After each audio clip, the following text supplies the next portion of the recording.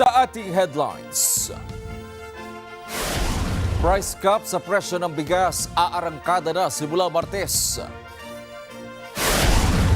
Mga bansang tutol sa 10-dash line map ng China dumarami kabilang ng Pilipinas, Taiwan, Vietnam, Malaysia at India.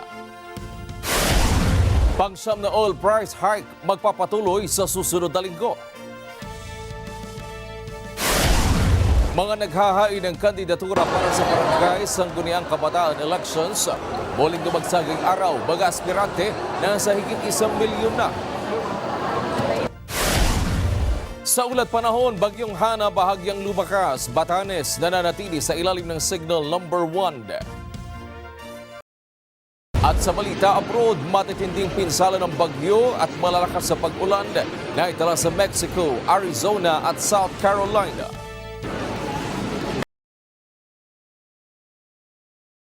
Magandang gabi Pilipinas, sa detalye ng ating mga balita.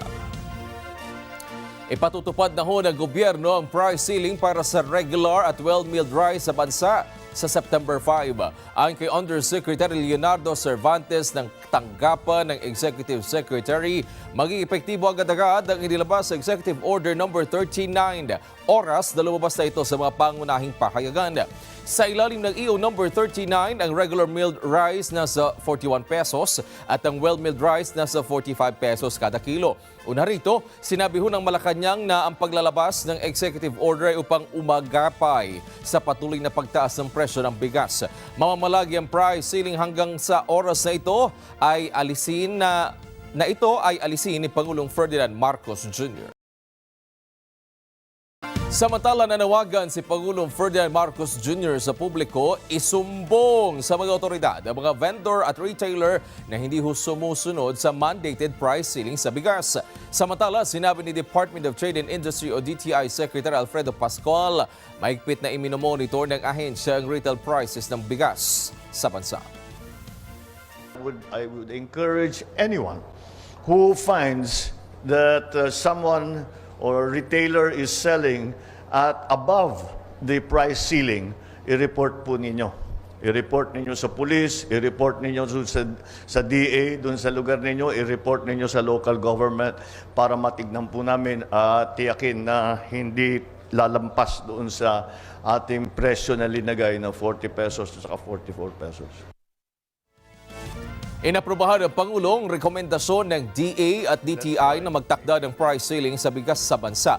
Ayon sa Executive Order No. 39 na nilagdaan ng Executive Secretary Lucas Bersamin, sa ilalim ng EO 39 ang mandated price ceiling para sa regular milled rice 41 pesos kada kilo, habang ang mandated price cap para sa well-milled rice 45 pesos kada kilo.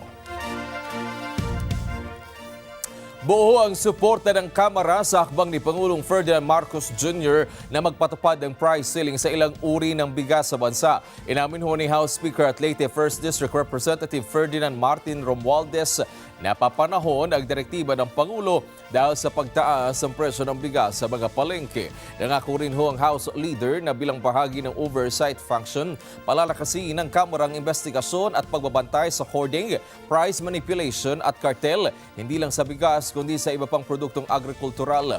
Patuloy rin ang pakikipag-ugnayan ng Kamara sa ehekutibo para mapalakas ang mga polisiya at mekanismo at protektahan ang kapakanan ng mga mamimili. Nagpaalala naman po ang Department of Interior and Local Government o DILG sa mga LGU at Market Master na tumulong sa pagpapatupad ng Executive Order No. 39 na magtatakda ng price cap ng bigas sa mga pamilihan. Ang mga alkalde naman maglalatag ng konsultasyon sa kanilang market sector bago pa ang full implementation. Sir Earl Bringas sa balita. Matapos ang ibinabang kautusan ng Malacanang noong August 31 na magkaroon na ng price cap sa presyo ng mga bigas, ay patuloy na nagpapaalala ang Department of the Interior and Local Government o DILG sa mga local government unit o LGU na tumulong ang mga ito sa pagpapatupad ng nasabing batas. Una na naglabas ng Executive Order ang Malacanang na magkaroon ng price ceiling sa presyo ng bigas sa bansa dahil sa patuloy na price surge. Ayon kay DILG Secretary Ben-Hur Avalos, nais nilang magkaroon magkaroon ng kontrol at bantayan din ng LGU sa mga presyohan ng bigas sa palengke. Bagamat hindi pa ito totally implemented, nais nila itong maipatupad ng maayos. Importante na steady ang supply at ang presyo ay tama lamang. Kaya kailangan gawin itong temporary steps na ito. Inuulit ko, sufficiente ito, pero dahil sa mga kalokohan ng ilang tao na hinuhoard at of course minamanipulate ang presyo, galit na galit ang ating presidente rito sa mga ganito. Hindi dapat gawin sa ating mga kababayan ito. Kasabay ng pahayag na yan ni Abalos ay nagkaroon ng pagpupulong ang DILG kasamang ilang NCR mayor maging ang mga market master sa mga palengke sa NCR sa MMDA ngayong araw. Tutulong naman ang MMDA at Philippine National Police sa implementasyon ng nasabing executive order sa pamamagitan ng information and dissemination. Pag nagsimula na po tayo ng implementation, kailangan po natin ng support again ng community. So that we'll be able to get the timely, accurate, or real-time informations para malaman natin kung sino yung mga nag-hoard, mga cartels. Ang Price Coordinating Council naman ay mahigpit na imomonitor ang implementasyon ng price cap. Ayon kay DTI Secretary Fred Pascual, kabilang din sa kanilang sisiyasatin ay ang posibleng hoarding at price manipulation sa mga traders at retailers. Sa nasabing Executive Order No. 39 na nilagdaan ni Executive Secretary Lucas Bersamin, noong August 31, 41 pesos per kilo ang magiging price cap sa well-milled rice at 45 pesos per kilo naman sa mga regular na bigas. Ang mga alkalde ng NCR nagpahayag na magkakaroon pamuna sila ng konsultasyon sa mga market sector para mapag-usapan ang implementasyon ng nasabing batas. Wala pa, we're still waiting for the guidelines and implementing rules. So I think by next week, nag-call lang ng press con dahil supposedly there's an implementation na next week for public awareness and information dissemination. So kami naman will go through the process of consultation and we'll wait for the guidelines. Siyempre, there are so many stakeholders involved. Hindi naman pwedeng, di ba, gagalaw kami ng hindi kami maayos yung guidelines. Sisimula ng ipakalat ang nasabing kautusan sa mga palengke maging sa mga supermarket upang mailatag ang nasabing polisiya. Si Abalos patuloy naman nagpapaalala sa mga LGU na sundin ang batas at tumulong na maipatupad ito. Tumulong sila at huwag silang gagawa din ng kalokohan dahil malinaw dito under Section 19, violation by government officials or employees. Any public official or employee who by reason of his office with or without consideration conspires in the commission of knowingly concealed violation of any of the provisions of this act shall likewise be principally responsible for the violation and shall suffer the additional penalty of permanent disqualification to hold public office. Ibig sabihin, makakasuhan din siya administratively. Erlo Ringas para sa Matanag, Agila, Matatag, Matapang, Matapat. Mga balita, malugod mong tinanggap ni Quezon City Mayor Joy Belmonte si Brigadier General Rodrigo Maranan na itinalaga ng Philippine National Police bilang bagong acting director ng Quezon City Police District. Ayon kay Belmonte, naasahan niya na itutuloy at lalong pagbubutihin ni General Maranan ang magagandang nasimula ni General Nick Torre gaya ng 3-minute response sa bawat natatanggap na tawag ng saklolo sa Helpline 122 ng lokal na pamahalaan. Pinalitan ni Maranan ang dating QCPD Director na si Brigadier General Nicolas Torre III na nagbitiw noong Miyerkules. Ang kay Torre, isang personal na desisyon ang kanyang pagbibitiw matapos makatanggap ng batiko sa panunutok ng baril ng isang dating polis sa isang siklista sa kanto ng Welcome Rotonda at Quezon Avenue noong August 8. Nagsagawa ng press conference noong August 27 na ayon sa mga netizen, puro sa panig ng dating polis na tuon ang komperensya at wala sa siklista. Isinusulong naman po ni Senator Ramon Bong Revilla Jr. ang pagpapababa sa retirement age ng mga empleyado ng gobyerno. Ayon ho kay Revilla na chairman ng Senate Committee on Civil Service, Government Reorganization and Professional Regulation, dapat ay 60 years old sa halip na 65 ang compulsory retirement habang 56 naman mula sa dating 60 ang optional retirement at automatic dapat ang promotion kapag malapit na magretiro. Naniniwala si Revilla na maituturing na frontliners ang mga manggagawa sa pamahalaan dahil katuwang sila sa pagbibigay serbisyo sa ating mga kababayan. Suportado naman si Revilla ng grupong Courage o Confederation of Unity, Recognition and Advancement of Government Employees sa panukalang batas nito na nagsusulong sa pagpapababa ng retirement age ng government employees.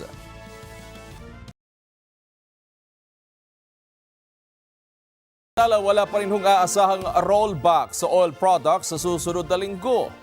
Batay ho sa pagtaya ng Oil Industry Management Bureau ng Department of Energy na sa 90 centavos hanggang 1 peso 10 centavos ang itataas sa kada litro ng diesel. 20 centavos hanggang 50 centavos sa gasolina, 90 centavos hanggang piso at 10 centimos sa kerosene o gas. Ito na ang ikasyam na sunod na linggong may dagdag presyo sa diesel at kerosene at 8 straight week naman sa gasolina.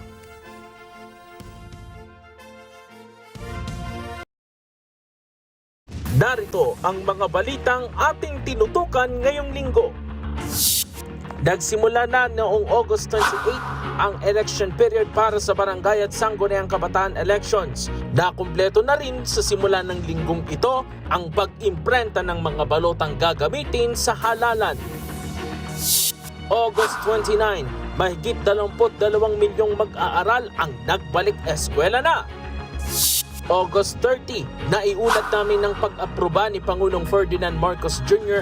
ng 3-year Food Logistics Action Agenda ng Department of Trade and Industry. August 31, inalmahan ng Pilipinas sa pamamagitan ng paghahain ng panibagong diplomatic protest ang 10-dash line map na inilabas ng China. September 1, pinagtibay naman ni Pangulong Ferdinand Marcos Jr. ang pagkakaroon ng mandated price ceiling ng bigas. At naiulat din namin sa araw na ito ang pagsipa ng presyo ng kamatis sa 210 pesos kada kilo. Matitinding pinsala ng bagyo at malakas sa pag-ulan na itala sa Mexico, Arizona at South Carolina. At Gilas, Pilipinas, ibibigay ang kanilang superhuman effort kontra sa China sa kanilang laban ngayong gabi. Abangan lahat ng yan sa pagbabalik.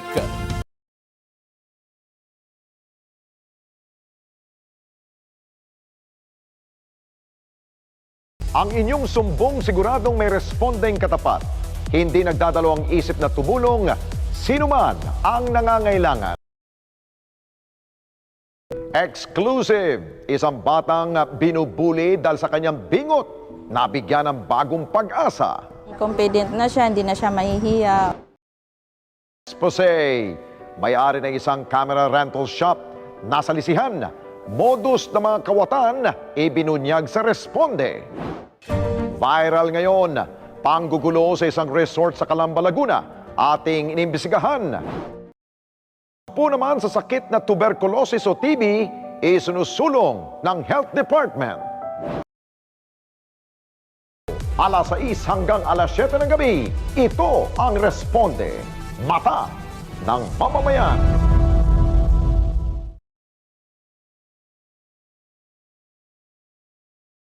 Balik sa mga balita, naghain po ng certificate o mga naghain ng Certificate of Candidacy o COC para sa Barangay at Sangguniang Kabataan Elections sa Quezon City muling dumagsa matapos ang 2 araw na suspensyon. Kabuang bilang naman ng mga naghain ng kandidatura sa buong bansa, lagpas 1 milyon na. Magbabalita si Moira Encina. Ipinagpatuloy ngayong Sabado sa Metro Manila ang paghahain ng Certificate of Candidacy o COC ng mga nais tumakbo sa barangay at sangguniang kabataan elections matapos na suspendihin ng 2 araw dahil sa masamang panahon. Sa Quezon City, muling dumagsa ang maraming bilang ng mga aspirante sa N. Amoranto para maghain ng kanilang kandidatura. Ayon sa Commission on Elections o COMELEC, kahit marami ang bilang na managhay ng COC sa Quezon City ay maayos at hindi magulo ang pila at sistema. Nawagan naman ang poll body sa mga kandidato na agahan ng punta at huwag hintayin ang huling araw ng COC filing sa NCR na pinalawig hanggang sa Lunes. Habang po kami po ay nag-extend ng 2 araw pa, maaari po na kung sana ay pumunta na po kayo rito. Huwag na pong hintayin yung mga last minute. Kasi nga po, baka po tayo mapagsarahan ng pintuan ng ating opisina. Kasi po, hindi naman po lahat na oras open yung COMELEC para tanggapin ang inyong mga certificates of candidacy. So, as much as possible po, take advantage of these extensions na sinabi ng COMELEC. At Palala pa ng COMELEC, itinuturi ng mga kandidato ang mga naghain ng COC kaya saklaw na sila ng batas na nagbabawal sa premature campaigning. Maaari anyang makulong ang mga sasaway sa pagbabawal sa maagang pangampanya. after po ng filing ng sa inyong mga certificate of candidacy, considered na po kayo as candidates. So, ibig po sabihin nun, yung batas na nagbabawal ng premature campaigning or yung pangangampanya bago yung actual na campaign period ay existing na po. So, ngayon po, after ng filing, tanggalin nyo na po yung mga pinag-didikit yung mga pangalan ninyo, mga mukha ninyo, kahit po walang nakalagay na iboto. Basta po nandun sa public place yung inyong mga pangalan, yung inyong mga mukha, considered as campaigning na po yun. So kung maaari po, patanggal na po ninyo kasi bawal po yung premature campaigning, pwede po kayong makulong. Samantala, sa pinakahuling tala ng poll body ay lagpas na sa 1 milyon ang aspirante sa buong bansa ang naghain ng COC para sa BSKE. Mula sa nasabing bilang, nasa 85,000 ang aspirante sa pagkabarangay chairman habang gusto maging konsehal ay nasa 638,000. Umaabot naman sa magit 75,000 ang nais na maging SK chair at nasa 381,000 naghain ng COC bilang SK member. Moira Insina para sa Mata ng Agila, matapang. Huling araw ng Certificate of Candidacy filing para sa BSKE dinagsa ng mga aspirante sa COMELEC. Kung saan yan, alamin natin kay Gerald de la Merced. Ngayong araw ang pinakahuling filing ng Certificate of Candidacy para sa regular at sangguniang kabataan election na gaganapin sa October 30, 2023. Sa tanggapan ng Commission on Election o COMELEC, lungsod ng Maykawayan, Bulacan. Una rito, kahapon dinagsa na ang tanggapan ng COMELEC sa Maykawayan, dahilan upang kakaunti na lang ang nagtungo ngayong araw sa naturang tanggapan. Batay sa tala ng COMELEC, Maykawayan, 26 na kapitan del barrio at 182 ang barangay kagawad sa kabuuan ang mga mananalo. Samantala, inihayag ng Philippine National Police o PNP na wala pang naitatalang lumabag sa COMELEC Election Code simula umarangkada ang gun ban nitong mga nakaraang araw.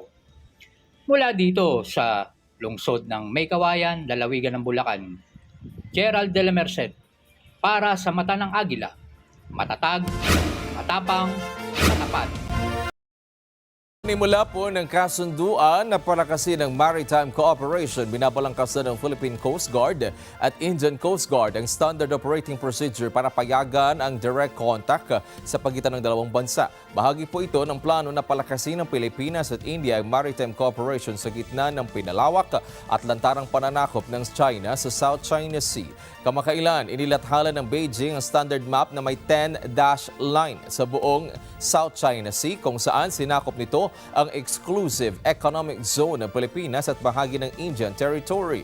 Maliban sa Pilipinas at India, hindi tinanggap ng Malaysia, Vietnam at Taiwan ang 10-dash line standard map ng China. Ayon kay Indian Ambassador to the Philippines, Shambu Kumaran, suportado niya ang Pilipinas sa tinawag niyang cartographic expansionism ng China. Ipinabatid pa ni Kumaran na nagkomento na rin ng kanilang minister sa isyong ito at inilarawan ang mapa na isang absurd o katawa-tawa.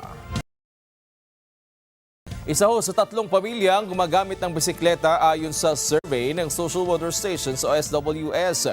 Ang survey ay isinagawa noong March 23 to 29, 2023 na kung saan umakyat sa 36% o tinatayang 10 milyong pamilyang gumagamit ng bisikleta sa anumang aktibidad. Sa pinakabagong numero, mataas ito kaysa noong April 2022 survey na 29% o nasa 7.3 milyong pamilyang Pilipino at 24% o 6.2 milyong pamilya noong May 2021. Pinapakita sa survey na 24% o tinatayang 6.6 milyon na pamilyang Pilipino ay mayroong bisikleta. Ayon sa SWS, mas maraming may-ari ng bisikleta kaysa sa sasakyan sa buong bansa na may ratio na 4:1. Ang pangunahing dahilan kaya mayroong bisikleta ang mga Pilipino ay para makatipid sa pamasahe at mapabuti ang kalusugan. Ang survey isinagawa sa pamamagitan ng face-to-face interview sa 1,200 adult sa buong bansa.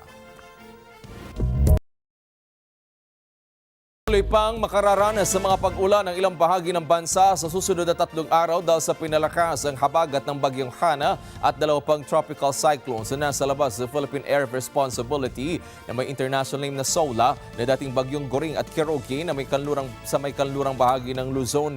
Patuloy na magiging maulan ngayong Sabado at Linggo sa Metro Manila, Batanes, Babuyan Islands, Ilocos Region, Cordillera Administrative Region, Nueva Vizcaya, Zambales, Pampanga, Bataan, Aurora, Bulacan, Calabar Zone, Mimaropa, Bicol Region, Western Visayas at Northern portion ng Eastern Visayas. Hanggang sa Lunes naman, makararanas pa rin ang pag-ulan sa Metro Manila, gayon din sa Batanes, Babuyan Islands, Ilocos Region, Cordillera Administrative Region, Nueva Vizcaya, Zambales, Pampanga, Bataan, Aurora, Bulacan, Calabar Zone, Bicol Region, Mimaropa at Western Visayas. Samantala, bahagyang lumakas at bumilis ang bagyong Hana habang kumikilos sa hilagang bahagi ng Sea East ng Taiwan. Kaninang alas 11 ng umaga, si Hana na mataan ng Pag-asa sa layong 455 kilometers sa hilagang silangan ng Itbayat, Batanes, habang kumikilos sa hilagang-kanluran sa bilis na 15 kilometro kada oras. Taglagdihan ang lakas ng hangin umaabot sa 130 kilometers kada oras at may pagbugso ng hangin na umaabot sa 160 kilometers kada oras. Sa lahat ng antas sa Baguio, sinuspindi dahil sa bagyong Hana. Ilang kalsada hindi pa rin madaanan dahil sa landslide. Si Freddy Rolyoda magbabalita. Walang pasok o level ngayong araw matapos suspindihin ng mga LG officials ang klase sa lahat ng antas, partikular sa kolehiyo dahil sa pananalasa ni Bagyong Hana at epekto ng southwest monsoon sa Baguio City at Karatig, Lalawigan. Ayon kay Mayor Benjamin Magalong, kahapon pa ay maagang naianunsyo ang class suspension gamit ang broadcast at social media para mabilis na makarating sa mga magulang at mga estudyante kung saan may iwasan ang paglabas ng bahay bagkus manatili sa kanilang mga tahanan, kapiling ang mga mahal sa buhay. Ngayong araw ay patuloy na nararanasan ang malakas na buhos ng ulan at manakanakang bugso ng hangin habang unti-unting lumalabo ang kapaligiran dahil sa makapal na fog sa mga kabundukan. Pinapag-ingat ng mga otoridad ang mga motorista na mag-ingat sa biyahe at paglalakbay, lalo na sa mga pababa at paakyat na bahagi ng kabundukan at maging alerto dahil bukod sa madulas ang daan, may ilang kaso ng landslide sa mga kakalsadahan. Samantala, nananatili pa ring sarado ang Cannon Road, partikular sa bahagi ng Camp 6 sa Tuba, Benguet, Sanhinang. Biglang pagguho ng lupa kahapon dahil sa walang tigil na buhos ng ulan at nagpalambot sa kalupaan. Gayunpaman, continuous ang isinasagawang clearing operation ng DPWH car sa naturang lugar para muling magamit ng mga residente at mga bihikulong for emergency purposes only. Samantala, ay one-lane passable ang isang kalsada sa bahagi ng Carantes Road, Poblacion, Itugon, Benguet dahil sa panibagong kaso ng landslide sa lugar.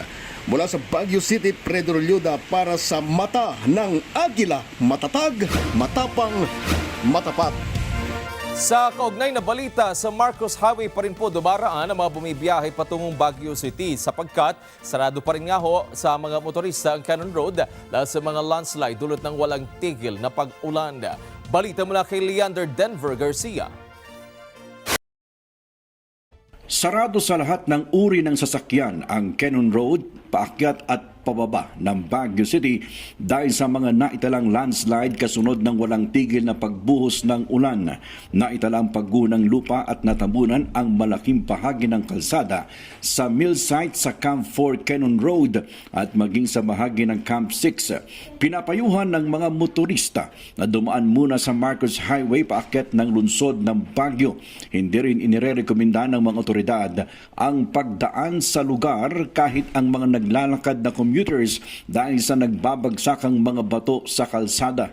Ilang linggo na ring walang tigil ang pagbuhos ng malakas na ulan dito sa lungsod ng Baguio at buong lalawigan ng Benguet dahilan para ideklara ang suspensyon ng klase sa lungsod at sa iba't ibang bayan sa lalawigan.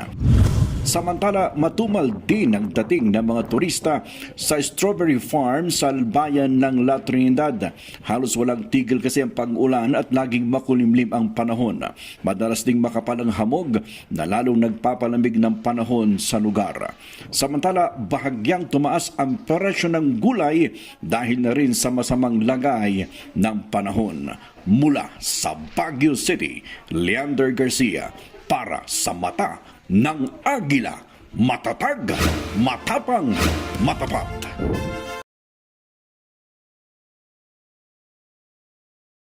Sa 30,000 mga bahay ang nawala ng supply ng kuryente dahil sa matinding thunderstorms sa Phoenix area ng Arizona. May banta rin ng flash flooding at dust storms ang lugar. Kabilang sa nakatanggap ng dust storm warning ang hilagang kanluran ng Maricopa County. Samantala, matindi naman hong binaha ang Guadalajara sa Mexico dahil pa rin ito sa malalakas na pag-ulan. Ibinahagi po ng local media ang video footage ng buong kalsada kung saan natangay ang sasakyan ng baha. Nilipad ng malakas na hangin ang isang kotse sa South Carolina Highway dahil ho sa bagyo. Nagdala ng tornado ang bagyong Idalia kaya lumipad ang sasakyan sa ibabaw ng highway sa South Carolina. Naku, nagtamo naman ng minor injuries ang sakay ng kotse.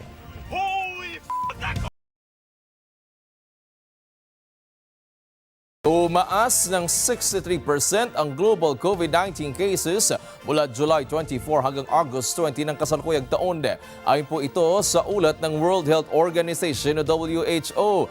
Mataas ito sa nakalipas na 28-day period kung kailan nasa 1.5 million infections ang naitala at 2,000 ang nasawi sa COVID. Ayon sa WHO, hindi akma sa antas ng infection ng mga kasalukuyang nadidetect na kaso. Ay dahil sa bumababa na ang ginagawang testing at reporting sa buong mundo. Hanggang nitong August 30, nasa 716 milyon ang kumpirmadong kaso at nasa higit 6.9 milyon ang naiulat na namatay sa buong daigdig. Ipinabatid ni WHO Director General Tedros Adhanom Ghebreyesus na ang totoong death toll mula sa COVID-19 noong Mayo ay nasa 20 milyong katao.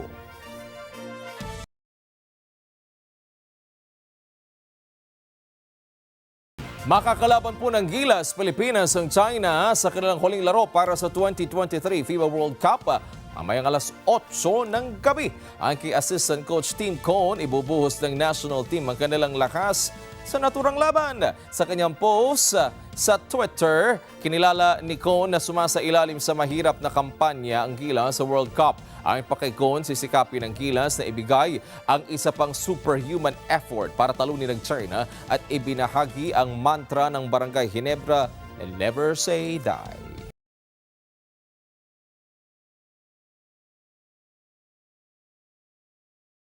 Good luck sa Gilas, Pilipinas, ha? Sundan kahit saan ang ating balitaan sa aming social media platforms. Bisitahin din ang net25.com. Sumayin niyo po mga may init na balita dito sa Mata ng Agila Weekend. Para sa mga bago at patos sa balita mula rito sa ating bansa at iba pang panig ng mundo, matatag na dadagitin ang bawat impormasyon, matapang sa paghahanap ng katotohanan at matapat na magbabalita sa inyo. Ako po si Wedge Kujaman. Maraming salamat sa pagsubaybay. Ito ang Net25, matatag, matapag.